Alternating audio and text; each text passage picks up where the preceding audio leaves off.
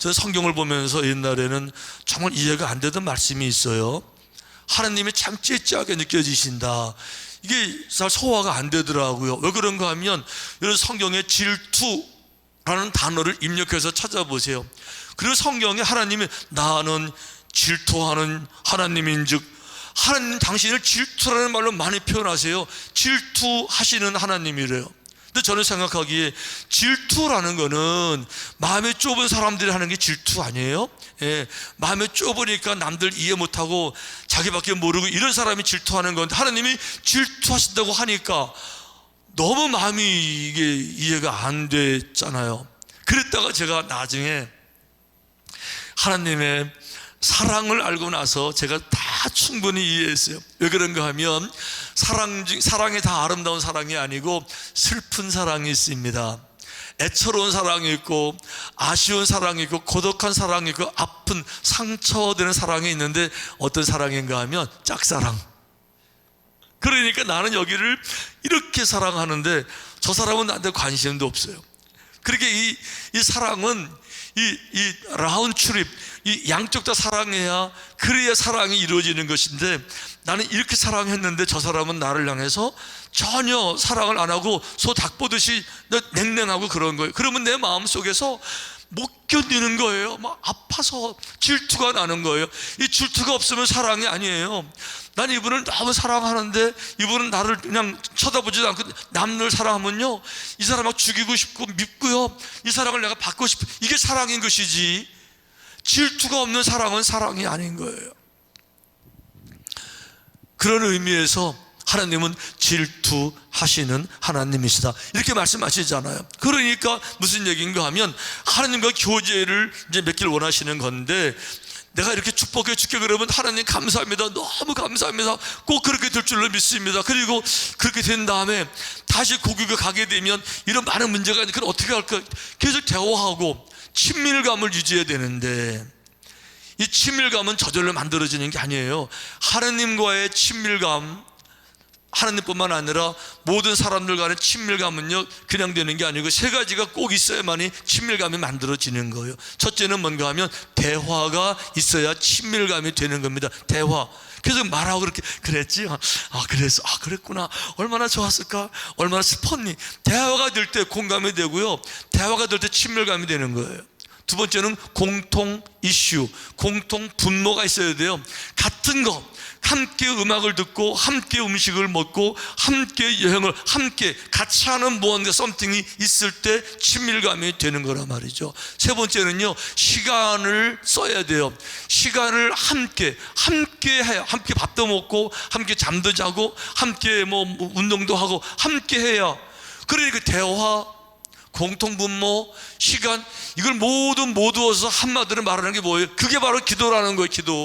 기도가 하나님의 관심사, 하나님의 일들이 이루어지기를 원하고요, 중보기도, 주의 뜻이, 그의 나라와 뜻을 구하는 이런 기도, 그분의 관심사, 또 함께 기도하는 시간을 드리고 기도 말로 하면서 관계, 교제, 이게 바로 친밀감인데 하나님은 그걸 원하시거든요. 그래서 사도 바울은 성도들을 가르칠 때 아주 안타까운 마음으로 반복해서 하는 말씀이 있어요. 축복할 때마다 이거 세 가지는 너무 중요하니까 꼭 있어야 돼. 이게 이제 모든 목사들의, 성직자들의 축도의 근거가 되는 말씀이 이 말씀이에요. 그래서 모든 성도들이 교파를 초월해서 성직자들이 이 말씀을 중심으로 같은 내용으로 늘 축도하는 게 이거예요.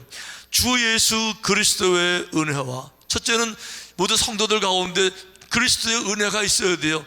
이건 모두 이해가 되죠? 은혜가 있어야 돼요. 두 번째는 하나님의 사랑, 사랑이 꼭 있어야 되는 거예요. 근데 세 번째 말이 좀 어려워요. 세 번째 뭐라고 그러셨는가 하면 성령의 교통하심이 너희 무리와 모든 성도들에게 항상 함께 있을지어다.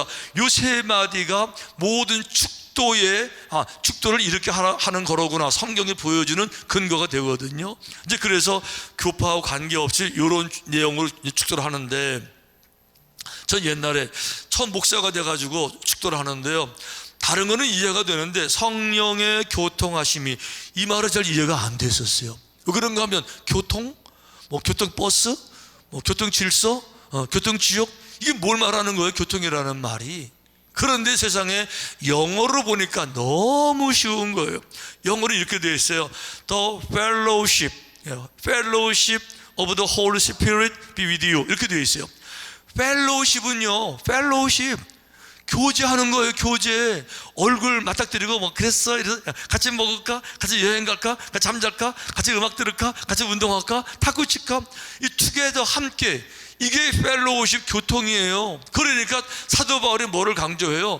성령님은 멀리 계신 분이 아니고 일상생활에서 아주 구체적으로 부부가 남편과 아내의 얼굴을 좀 마주대하시지, 성령님을 늘 인식하고 교제하고 늘 활동하고 together, something to do, 뭔가 하기 위해서 펠로우십, 늘 친교하고 대화하고 친밀감, 이게 있어야만이 그리스도인의 생활이 되는 것이고, 이게 정상적 신앙생활이니까 그리스도의 은혜, 하나님의 그 사랑, 성령님의 펠로우십 꼭 있기를 축원합니다. 아멘. 이렇게 축도를 하라, 이렇게 알려주고 있는 거거든요. 그래서 성경은 이렇게 말하는 거예요. 무릇 하나님의 영으로 인도함을 받는 사람은 곧 하나님의 아들이라. 믿음 생활을 한다고 말하지만 정말 살아계신 하나님께서 내게 오셔서 옆에서 얼굴과 얼굴을 마주대는 것처럼, 얼굴을 안 보이지만 그분의 손길을 내가 느끼고 터치를 느끼고 그분의 인도하심을 내가 느끼면서 늘 동행하면서 대화하면서 살아가는, 이게 정상적 신앙생활이다. 할렐루야. 이걸 지금 말해주고 있는 겁니다. 오늘도 우리가 이제 읽은 아까 그 로마서 말씀 보면요, 이렇게 되어 있잖아요. 로마서 8장 9절에 보면, 만일 너희 속에 하나님의 영이 거하시면 너희가 육신에 있지 아니하고 영에 있나니 누구든지 그리스도의 영이 없으면 그리스도의 사람이 아니라. 자, 문장을 잘 보세요. 자, 로마서 8장 9절, 만일 너희 속에 하나님의 영이 거하시면. 자, 우리 속에, 성령이 내 속에, 이거는 place, location 개념이에요. 포지션, 장소 개념이잖아요. 성령이 내 속에, 우리 속에 들어오신다고 말하고 있는 거잖아요. 그러니까 우리 속에 들어온 성령께서 우리를 인도해 주시는 것, 이게 정상적 신앙생활이다라고 성경이 계속 말씀하고 있는 건데, 제가 지지난주부터 그럼 어떻게 성령께서 우리를 인도하실까요? 이런 말씀을 드렸잖아요. 그때 제가 드린 말씀이, 하나님은, 성령께서는 저희들에게 꿈을 주셔서 꿈을 통해서 말씀하시기도 하고, 이런 보이스, 음성, 귀로 이렇게 들려주시는 이런 말씀을 제가 말씀드리면서 이제 제 얘기를 이제 간증 삼아서 말씀을 드렸었어요. 왜 그런가 하면, 구체적인 성령의 인도라고 말을 하면서 성경적인 얘기만 하면 그게 현실적으로 없는 거 아니야? 이렇게 오해하실까봐 제가 아주 부담을 느끼면서도 평상시에 안 하는 얘기지만, 어떻게 주께서 제게 꿈을 통해 말씀해 주셨는지 혹은 말씀으로 말씀하셨는지 제가 간증 드렸는데, 또 한 가지 우리 인도하시는 방법 중에 아주 중요한 것은 환상을 통해서도, 환상을 통해서도 우리에게 역사하시고 당신의 뜻을 알려주시고 우리를 가이드, 인도해 주실 줄로 믿습니다. 성경에 보면요, 환상에 대한 그 예화가 엄청 많아요. 환상을 통해서 성령께서 알게 해주시는 것. 자, 환상과 꿈이 어떻게 다른가 하면, 꿈은요, 실제로 잠이 푹 들은 상태에서, 즉 의식이 없는 상태에서 꾸는 것이 꿈입니다. 환상은요, 잠하고 관계없어요. 잠자는 게 아니에요. 잠자는 게 아니고 의식이 지금 살아있어요. 예를 들면 비몽사몽 가는 수도 있고, 가장 많은 거는 기도할 때 그래요. 기도할 때. 자, 내가 지금 기도하기 때문에, 기도하니까 잠자는 게 아니잖아요. 눈을 감았잖아요. 눈 감고 기도하는데 내 머릿속에서 사진이 보이기도 하고, 혹은 활동하는 그 영상이 막 보이기도 하고, 눈은 분명히 감았는데 잠자는 것도 아닌데도 불구하고 내 머릿속에서 설명할 수 없는, 이걸 어떻게 심리학적으로 설명하겠어요? 잠을 안 자는데 보이는 거 어떻게 말하겠어요? 하지만 이렇게 말하는 게 성경에 얼마나 많은지 몰라요. 성경적인 얘기 하나 하면, 베드로가 이제 그랬습니다. 베드로가, 자, 성경에 이렇게 나와요. 사도행전 11장에 이르되 내가 요빠시에서 기도할 때에. 자, 지금 잠자는 거 아니에요. 기도할 때예요. 자, 기도하고 있는데 갑자기 황홀한 환상이 보이는 거예요. 환상이 보였는데, 큰 보자기 같은 그릇이 내 귀에 매어 하늘로부터 내리어 내 앞에까지 들여왔거늘. 자, 요거는 환상이 아니라 기도할 때에라고 그랬죠. 그런데 눈을 감았는데도 불구하고 갑자기 내 머릿속에서 그림이 그려지는데, 하늘에서 내 귀퉁이에 줄을 맨 큰 보자기 같은 그릇에서 그 동물들이, 짐승들이 담겨져서 내려오는 거예요. 그 보니까 다 레위기에 먹지 말라는 부정한 짐승들이에요. 그래서 그걸 바라보면서 있는데 그 음성이 들리기를 이거 잡아먹어라, 이런 음성이 들려서 베드로가 이거는 성경에 먹지 말라는 부정한 건데요. 그랬더니 내가 정하게 한 것을 내가 부정타고 말하지 말아라. 이 똑같은 환상을 3번 본 거예요. 자, 환상을 보고 난 다음에도 베드로는 이게 무슨 말인지를 몰랐어요. 아무리 해도 해석이 안 되는 거지, 이게 도대체 무슨 말이야 그랬는데, 잠시 후에 누군가가 문을 두드립니다.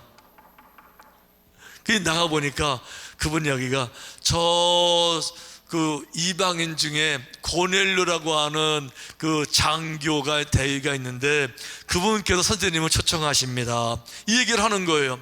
그 순간에 베드로가 탁 이해합니다. 왜 그런가 하면요, 모든 유대인들에게는 이방인은 상종 금물이에요. 이방인은 여호와를 모르는 사람들이고 우상 숭배자들이고, 결혼해도 안 되고 음식을 같이 먹어도 안 되고 인사해도 안 되고 교제하면 안 되는 더러운 민족인데, 좀 전에 환상을 봤잖아요. 내가 정하다고 한 것을 내가 더럽다고 말하지 말아라. 다른 말로 말하면 성령님의 관심은요, 이스라엘만 구원받는 게 아니에요. 모든 민족이 다 구원받기를 원하는 거잖아요. 이거를 베드로에게 환상을 통해서 알게 해주신 거죠. 구체적으로 그 뜻을 인도해 주시니까 베드로가 그 환상을 보고 나서, 아하, 주님은 내가 가기를 원하시는 거로구나. 이러고 가서 고넬료 전도해서 성령 받게 하고요, 고넬료가 이방인 중에 첫 번째로 회개하고 돌아온 믿음의 열매인 줄로 믿습니다. 그 과정에 성령님의 인도하심이 있잖아요. 이 환상, 이런 것들이 얼마나 많은지 몰라요, 여러분. 근데 이제 이런 얘기 다른 사람 얘기하면 또 그러니까 오늘은 제가 마음 먹고 제 얘기 한번 해볼게요. 제가 안 하는 얘기니까 그냥 이해해 주게 들어주세요. 제가 지난번에 말씀드린 것처럼 몇 가지 꿈을 꾸면서 이거는 정말 내가 결단할 때가 됐다, 이렇게 해서 겨울방학 맞으면서 그래도 반항하는 마음이 있으니까 기도원 대신에 절에 갔다 그랬잖아요. 절에 가서 3개월 동안 있으면서 제가 내려올 때는 목사가 되기로 결심하고 이제 내려왔잖아요. 자, 그 뒤로는 목사가 된다 안 된다 고민이 없었어요. 결정했던 거기 때문에. 그래서 신학교를 졸업받고 시골교회 담임전도사로 부임을 했는데, 당시의 법은 담임전도사로 부임하게 되면 설이 1년 과정 끝나고 전도사 3년 하게 되면 4년째 목사 안수를 받아요. 자, 이제 마지막 4년째가 돼서 목사 안수를 받아야 되는데 제 마음에 고민이 하나 생겼어요. 뭔가 하면 목사 할래 말래, 이거는 끝난 거예요. 내가 결정했어요, 목사 하기로. 그런데 목사를 하려고 하다 보니까 내가 원한다고 되는 게 아니에요. 목사는 주의 종이잖아요. 여호와의 종이잖아요. 그러니까 내가 원하는 게 아니고 하나님께서 주의 종 나를 뽑으셔야 돼요. 나를 뽑으셔서 나를 픽업해서 내가 너를 뽑아서 내 종의 일을 맡기노라. 우린 그거를 콜링이라고 불러요. 하나님의 콜링, 주의 종으로 부르셨다, 사명으로 부르셨다. 이 사명, 그러니까 하나님이 나를 안 부르셨는데 내가 목사한다고 내가 결정해서 가게 되면 이게 일이 되겠어요? 안 되지요. 그 제 마음속에서 하나님, 정말 저를 목사로 부르신 거 맞습니까? 우리 아버지가 강요해서 목사 되는 게 아니고 하나님께서 저를 주의 종으로 콜링 부르셨다 그러면 제게 증거를 보여주셔야 제가 갈 거 아닙니까? 제가 증거를 보여주세요. 이게 제가 정말 중요한 기도 제목이었어요. 이래가지고 기도를 많이 하는데도 불구하고 응답이 없는 거예요. 이게 사인이 없는 거예요. 그런데 이제 안수 딱 한 주일 남겨놓고 진짜 안 되겠더라고요.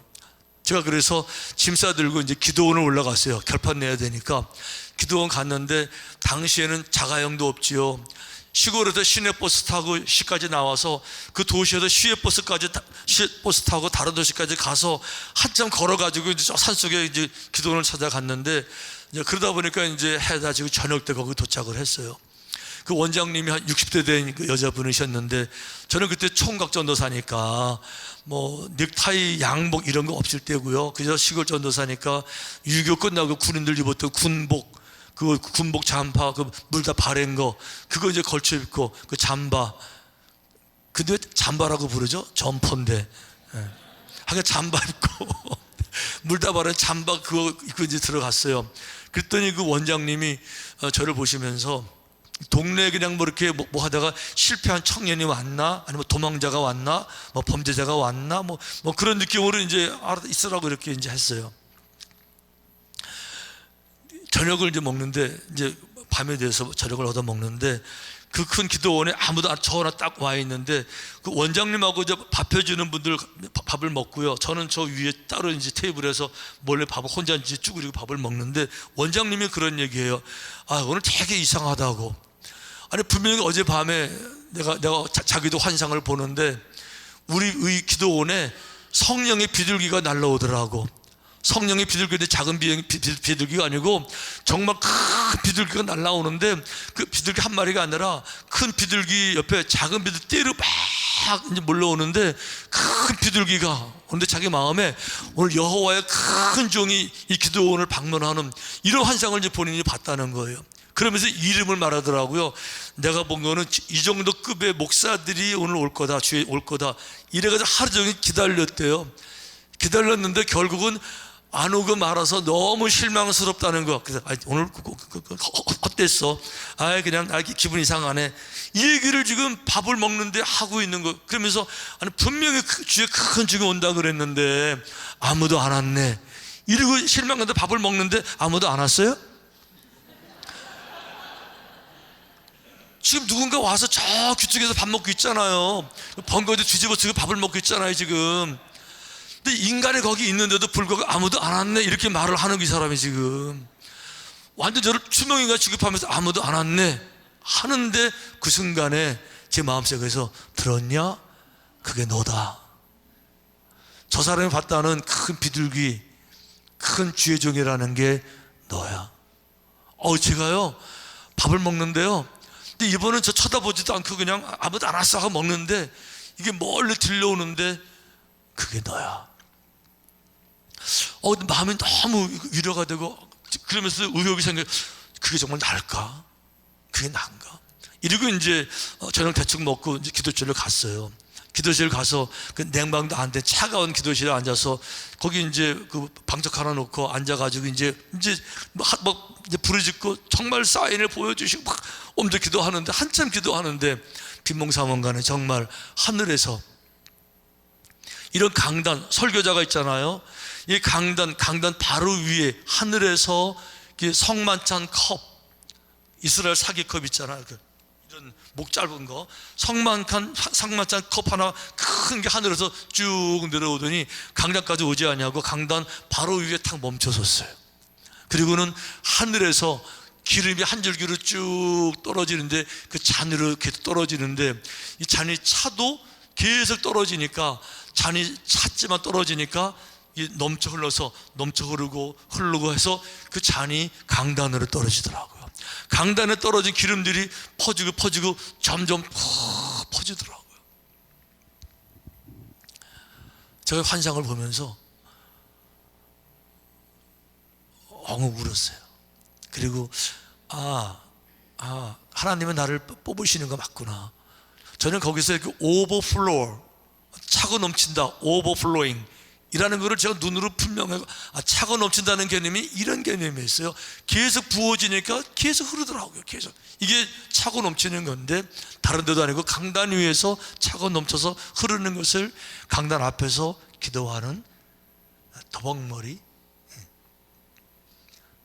투명인가 취급받는, 옷도 없어가지고 군인들 날개로 걸치고 앉아있는 그 투명인가 취급받는 그 사람 앞에 하나님이 보여주신 겁니다. 제가 그래서 거기서 응답을 받고, 나를 뽑으신 거 맞구나. 그때부터 이제 뭐 콜링 3 이런 얘기는 안 하고, 그럼 이제 목사가 되고 어떤 목사가 돼야 되나요? 이런 거 가지고 이제 기도하고 뭐 이러면서 이제 오늘까지 온 건데, 사실 제가 이런 간증하라 그러면요 밤새 하도 더 많아요. 할 얘기 엄청 많은데 이런 얘기 잠깐 뭐 신비주의니 이렇게 해서 제가 안 하는 거고, 또 이런 게 안 중요하죠. 왜 그런가 하면 설교 말씀할 게 얼마나 많은데 이런 얘기 하고 그래서 안 했지만, 지금은 주제가 주제이니만큼 구체적으로 우리를 인도하신다는 건 주제이니만큼 어쩔 수 없이 말씀드리는 거지만, 정말 그분은 살아계셔서 우리 삶 가운데 우리를 인도하시는 줄로 믿습니다. 근데 중요한 거는 왜 이런 이야기가, 성령께서 인도하시는 이야기가 오늘날 간증으로 많이 없느냐, 왜 경험을 못하느냐, 왜 그런가 하면요, 지금 이 영적인 일들을 경험하기가 아주 어려운 세계에 살아요. 오늘날의 세계관, 세계를 움직이는 세계관 두 가지가 있는데 모두 영적인 걸 거스르는 세계관이 이 지구를 지배해서 그러는데, 첫째가 뭔가 하면 물질 만능주의예요. 모든 사람들이 물질 만능, 물질을 추구하고 물질 중요하죠. 왜요? 물질 있으면 대접받고, 물질 있으면 편하고, 물질에서 보장되니까 영적인 것보다 물질 하다 보니까 다 인간의 그 생각을, 집착을, 정신을, 포커스를 물질에만 집착하니까, 여기만 바라보고 있으니까 영적인 세계를 바라볼 눈이 없으니까 이런 영적인 세계를 경험 못하는 경향들이 많아요. 또 한 가지는 합리적 과학주의입니다. 과학이라는 말 아니면 안 믿어요. 이제는요, 논리 증명이 안 되면 안 믿어요. 여러분들 그거 아세요? 가장 빨리 바뀌는 게 과학 이론이라는 거. 그걸 알면서도, 아니 과학 이론이 10년 가는 거 보셨어요? 오늘은 과학이라고 가르쳤는데, 진리라고 가르쳤는데 10년 후가 되면 또 바뀌잖아요. 그럼에도 불구하고 과학을 안 바뀌는 것처럼 과학 만능주의, 그러다 보니까 설명 못하는 영적인 데 관심이 없다 보니까 성령님 말씀하시는 이 인도하심, 터치하심, 어루만지심, 지혜 능력들을 경험하지 못하는 일들이 얼마나 많은지 몰라요. 근데 그거 아니고요, 성경은 이렇게 말했어요. 마음이 청결한 자는 복이 있나니 그들이 하나님을 볼 것이다. 마음이 청결한 자는 복이 있나니 그들이 하나님을 볼 것이다. 왜 그래요? 그 마음이 청결해요. 그 마음이 거룩해요. 거룩이 뭐라고 그랬죠? 모든 죄악을 다 버리는 것이 거룩이라고 말하죠. 마음이 거룩하니까, 마음이 깨끗하니까, 티끌이 사라지니까, 먼지가 사라지니까, 미세먼지가 사라지니까 이 먼 곳에서 치악산 제일 높은 곳에 비로봉 돌탑이 보이더라고요. 그런데 먼지를 가득하게 되면 비르봉 돌탑은 곳하고 산도 안 보이는 거 있죠. 죄로 가득 찼는데, 의심의 안개로 가득 찼는데, 더러움으로 가득 찼는데 어떻게 여호와를 봐요? 여기서 그들이 하나님을 볼 것이다, 이 이야기는 눈으로 본다는 말이 아니에요. 눈으로 보면 죽게 돼 있어요. 눈으로 보는 것처럼 확실하게 삶으로 경험하게 될 것이다.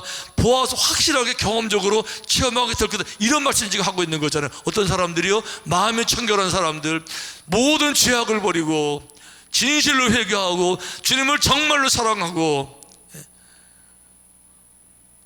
죄가 없어서 거룩한 게 아니라 죄가 있지만 보혈로 씻겨서 정말 보혈을 믿는 사람들, 주님을 영접한 사람들, 성령께서 그 마음에 오신 사람들은 그 성령님의 도우심으로서 하나님을 경험하게 될 것이고요, 그 인도하심을 경험하게 될 줄로 믿습니다.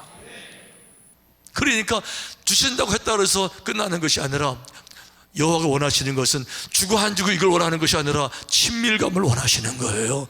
대화를 원하시는 거예요. 그 대화가 뭐예요? 우리가 기도하기를 원한다, 그런 뜻이에요.